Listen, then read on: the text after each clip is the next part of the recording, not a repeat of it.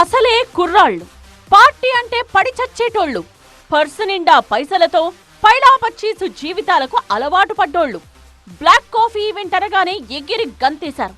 ఇక్కడికొచ్చి వాలారు, మత్తులో తూగారు, చిత్తైపోయారు. అందర్నీ రౌండప్ చేసి టెస్టులు చేస్తే మత్తు మరకలు మళ్లీ తెరపైకొచ్చాయిలా.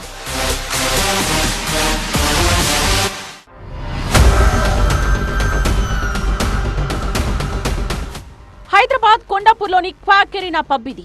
డీజే బ్లాక్ కాఫీ పేరుతో ఈవెంట్ ఆర్గనైజ్ చేసింది యాజమాన్యం.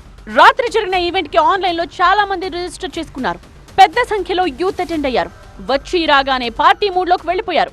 ఈ ఈవెంట్ లో డ్రగ్స్ వినియోగం జరుగుతోందని ఇన్ఫర్మేషన్ తో లోకల్ పోలీసులతో కలిసి ఈగల్ టీం ఎంట్రీ ఇచ్చింది. మాటల్లేవ్, మాట్లాడుకోవడాలేవ్ అంటూ అందర్నీ లాక్ చేసింది. స్పెషల్ ఎక్విప్మెంట్ తో పబ్ లో ఉన్న వాళ్ళందరికీ డ్రగ్స్ టెస్టులు చేసింది. టెస్టులో 8 మందికి డ్రగ్స్ పాజిటివ్ గా తేలింది.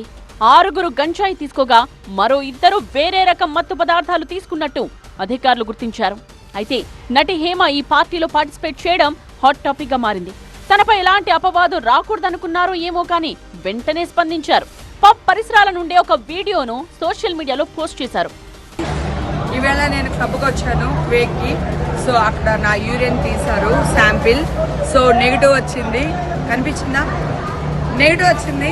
Thank you. మీ హేమకి ఎప్పుడు తప్పలేదు. జెన్యున్గా ఉంటుంది, ముక్కు సూటుగా ఉంటుంది. గతంలో ఎదుర్కొన్న చేదు అనుభవాల దృష్ట్యా ఈసారి ఆధారాలతో సహా క్లారిటీ ఇచ్చారు. అయితే ఈ పార్టీలో చాలా మంది ఐటీ ఎంప్లాయీస్ ఉన్నట్టు తెలుస్తోంది. విలాసవంతమైన జీవనం, వారానికి 5 రోజుల పనిదినాలు. జాతీయ అంతర్జాతీయ కంపెనీలో పనిచేసే ఐటీ ఉద్యోగుల్లో కొందరు మత్తు పదార్థాలు వినియోగిస్తూ పట్టుబడ్డం ఆందోళన కలిగిస్తోంది. డ్రగ్స్ కేసుల్లో పట్టుబడే ఐటీ ఉద్యోగుల సమాధానాలు పోలీసుల్నే విస్తుపోయేలా చేస్తున్నాయి. ఒత్తిడి భరించలేక మానసిక ప్రశాంతత కోసం తీసుకుంటున్నట్టు చెప్తున్నారట. ప్రస్తుతం అన్ని రంగాల్లో ఒత్తిడి కామన్ గా మారింది. దాన్ని అధిగమించడానికి పరిష్కార మార్గాలున్నాయి.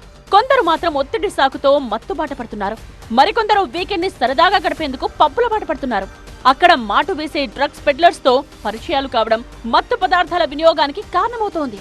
మరింత కిక్కుండాలని గంజాయి, డ్రగ్స్ కి అడిక్ట్ అవుతూ వాటికి బానిసలుగా మారుతున్నారు.